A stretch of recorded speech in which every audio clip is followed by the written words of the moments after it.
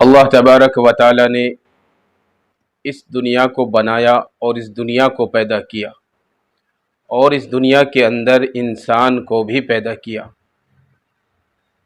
اور ہم سب لوگ جانتے ہیں کہ جب اللہ تبارک و تعالی نے انسان کو پیدا کیا تو تمام انسانوں کو اور تمام دنیا والوں کو ایک نہ ایک دن یہ دنیا چھوڑ کر جانی ہے۔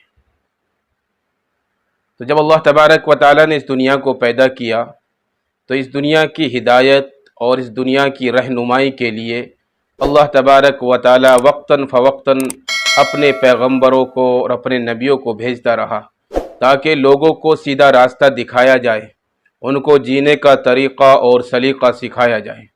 سب سے آخر میں اللہ تبارک و تعالی نے اپنے لاڈلے حبیب محمد مصطفیٰ صلی اللہ علیہ وسلم کو اس دنیا کے اندر پیدا فرمایا، جس نے تمام انسانوں کو جینے کا سلیقہ سکھایا اور طریقہ سکھایا، اور تمام انسانوں کی رہنمائی کی اور تمام انسانوں کی رہبری کی۔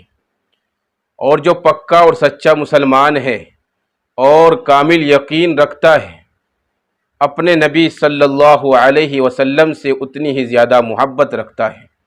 ایک جو پکا اور سچا اور کامل یقین والا انسان اور مسلمان ہے، وہ اپنے حبیب محمد مصطفیٰ صلی اللہ علیہ وسلم سے، اپنی ذات سے، اپنی اولاد سے، اپنے والدین سے اور دنیا کی تمام چیزوں سے اور دنیا کے تمام انسانوں سے محبت رکھتا ہے، اور یہ کامل ایمان ہونے کی ایک دلیل ہے۔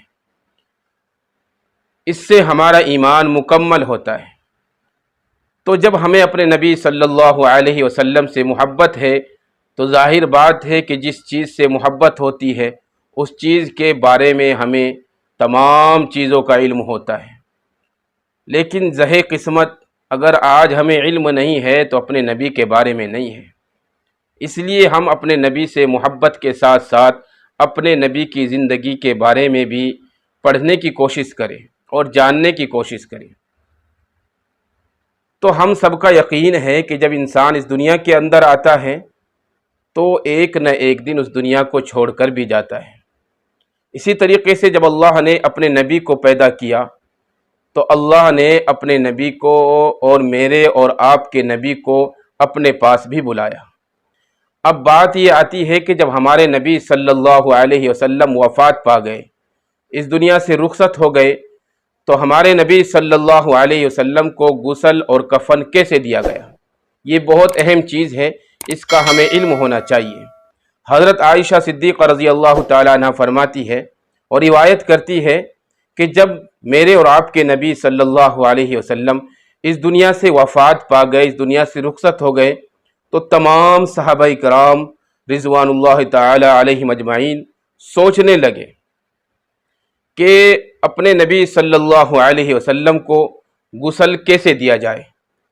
آیا کہ نبی صلی اللہ علیہ وسلم کو دوسرے لوگوں کی طرح کپڑے اتار کر غسل دیا جائے یا پھر کیسے دیا جائے؟ جب تمام صحابہ کرام کشمکش میں پڑ گئے اور اختلاف ہونے لگا تو اللہ تبارک و تعالی نے تمام صحابہ کے اوپر نیند کو مسلط کر دیا۔ تمام صحابہ نیند میں چلے گئے تو گھر کے ایک گوشے سے کہنے والے نے کہا، یعنی کہ ایک آواز آئی کہ نبی برحق صلی اللہ علیہ وسلم کو مع کپڑوں کے غسل دیا جائے۔ تو پھر نبی صلی اللہ علیہ وسلم کو کپڑوں کے ساتھ غسل دیا گیا، یعنی جو میرے اور آپ کے نبی صلی اللہ علیہ وسلم نے وفات کے وقت کپڑے پہنے ہوئے تھے اپنے بدن مبارک پر، انہی کپڑوں میں نبی برحق صلی اللہ علیہ وسلم کو غسل دیا گیا۔ صحابہ کرام کپڑوں کے اوپر سے پانی ڈالتے تھے اور کپڑوں کے اوپر سے ہی ملتے جاتے تھے۔ اس طریقے سے نبی کو غسل دیا گیا، اور پھر بعد میں نبی صلی اللہ علیہ وسلم کے کرتے مبارک کو نچوڑ دیا گیا اور آپ کو 3 سوتی کپڑوں میں کفن دیا گیا۔ کتنے کپڑوں میں؟ 3 سوتی کپڑوں میں آپ کو کفن دیا گیا۔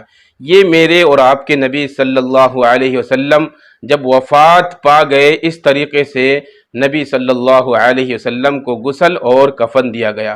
یہ بات ہم تمام مسلمانوں کے ذہن میں ہونی چاہیے اور ہمارے دل میں بھی ہونی چاہیے، کیونکہ اگر ہمارے نبی کی محبت ہمارے دل میں ہے تو اللہ تبارک و تعالیٰ بھی ہم سے محبت کرے گا، اور جب اللہ تبارک و تعالیٰ ہم سے محبت کرے گا تو پھر ہماری دنیا اور آخرت دونوں کامیاب ہو جائے گی انشاءاللہ۔ اس لیے تمام حضرات سے یہی گزارش ہے کہ اس بات کو آگے شیئر کریں، اس بات کو آگے بتائیں، تاکہ تمام انسانوں کو اپنے نبی صلی اللہ علیہ وسلم کی وفات کے بعد غسل کیسے دیا گیا اس بات کا علم ہو جائے، اور کفن کیسے دیا گیا اس بات کی بھی جانکاری ہو جائے، کیونکہ یہی ہمارے اور آپ کے کامیاب ہونے کی دلیل ہے کہ ہمارے دل میں اپنے نبی سے بہت زیادہ محبت اور بہت سارا پیار ہونا چاہیے۔